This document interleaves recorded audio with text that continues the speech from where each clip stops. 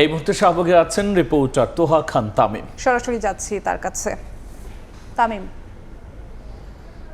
ঘড়িতে ৯টা বেজে কিছু সময় পার হয়েছে। আমরা দেখতে পাচ্ছি এই রাতের বেলাতেও তাদের যে অবস্থান কর্মসূচি সেটা তারা অব্যাহত রেখেছেন। তারা বলছেন যতক্ষণ পর্যন্ত না এই দাবি মেনে নেওয়া হবে ততক্ষণ পর্যন্ত তারা এখানে অবস্থান কর্মসূচি পালন করবেন। ঠিক একটু দেখাতে চাই, এই মুহূর্তে একটি জাগরণী গান গেয়ে যারা অবস্থান কর্মসূচি পালন করছেন তাদের আসলে উজ্জীবিত রাখা হচ্ছে। আপনি জানেন যে আজকে সকাল থেকে একেবারে ভোর থেকে এটি আসলে শুরু হয়েছে এবং ভোর থেকে অবস্থান কর্মসূচি চলছে এবং এখানে শুধুমাত্র যে সমস্ত জরুরি সেবাদানকারী যেই যানবাহনগুলো রয়েছে বা পরিষেবাগুলো রয়েছে সেগুলি কিন্তু এখানে চলাচল করতে পারছে। আপনি জানেন যে শাহবাগ একটি গুরুত্বপূর্ণ একটি মোড়। এর কারণ হচ্ছে যে বাংলাদেশ মেডিকেল বিশ্ববিদ্যালয়, এখানে ইব্রাহিম কার্ডিয়াক রিসার্চ ইনস্টিটিউট রয়েছে, পাশাপাশি বারডেম হাসপাতাল রয়েছে। এই শাহবাগকে কেন্দ্র করে রোগীর বহনকারী যে গাড়িগুলো রয়েছে, অ্যাম্বুলেন্স রয়েছে, নানা রকম ধরনের মেডিকেল সংশ্লিষ্ট রোগীর স্বজনরা কিন্তু চলাফেরা করে থাকেন। সেক্ষেত্রে যারা আন্দোলনকারী রয়েছেন, যারা অবস্থান এখানে করছেন বিভিন্ন যে দাবি নিয়ে, তারা মূলত এই যে অ্যাম্বুলেন্স গাড়িগুলো রয়েছে, বিভিন্ন পরিষেবাগুলো রয়েছে রোগীর বহনকারী, সেগুলি তারা ছাড় দিচ্ছেন। অন্যান্য যে যানবাহন সেগুলি যেহেতু আগেই খবর হয়ে গিয়েছিল, চাওয়ার হয়েছিল যে শাহবাগ দিয়ে চলাচল করা যাচ্ছে না, সেজন্য কোনো যানবাহনই কিন্তু এখানে চলাচল করছে না। অর্থাৎ চারটি রাস্তা চারদিকে চলে গেছে, এখানে পুরোটাই কিন্তু ফাঁকা আছে।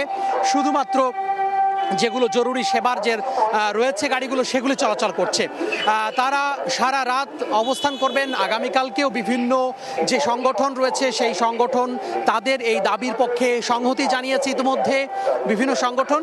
তারা আগামীকালকে যোগ দিবেন। আপ বাংলাদেশ নামে একটি সংগঠন আগামীকালকে এখানে তাদের সারা বাংলাদেশ থেকে যে প্রতিনিধি আছে সেই প্রতিনিধি নিয়ে তারা মূলত এখানে সম্মেলন করার কথা রয়েছে। পাশাপাশি এখানে যারা জুলাই শহীদ পরিবার রয়েছে, আহত যারা জুলাই আহত হয়েছেন তারা রয়েছেন, তারা যুক্ত হবেন।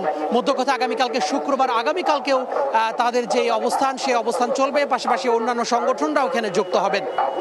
তো এখন বিভিন্ন ধরনের বক্তৃতা, কবিতা, আবৃত্তি এবং অন্যান্য যে গান, সেই গান নিজেরাও গাইছেন এবং ক্যাসেট প্লেয়ারে বাজানো হচ্ছে বিভিন্ন ধরনের উজ্জীবিত করার জন্য এখানকার যারা কর্মী রয়েছেন, অবস্থানকারী রয়েছেন তাদের জন্য।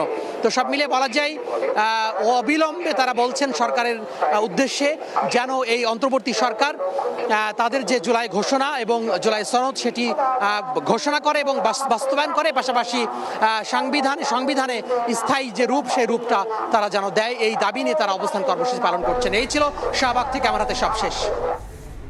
শাহবাগ থেকে যুক্ত হয়েছিলেন সহকর্মী তোহা খান তামিম।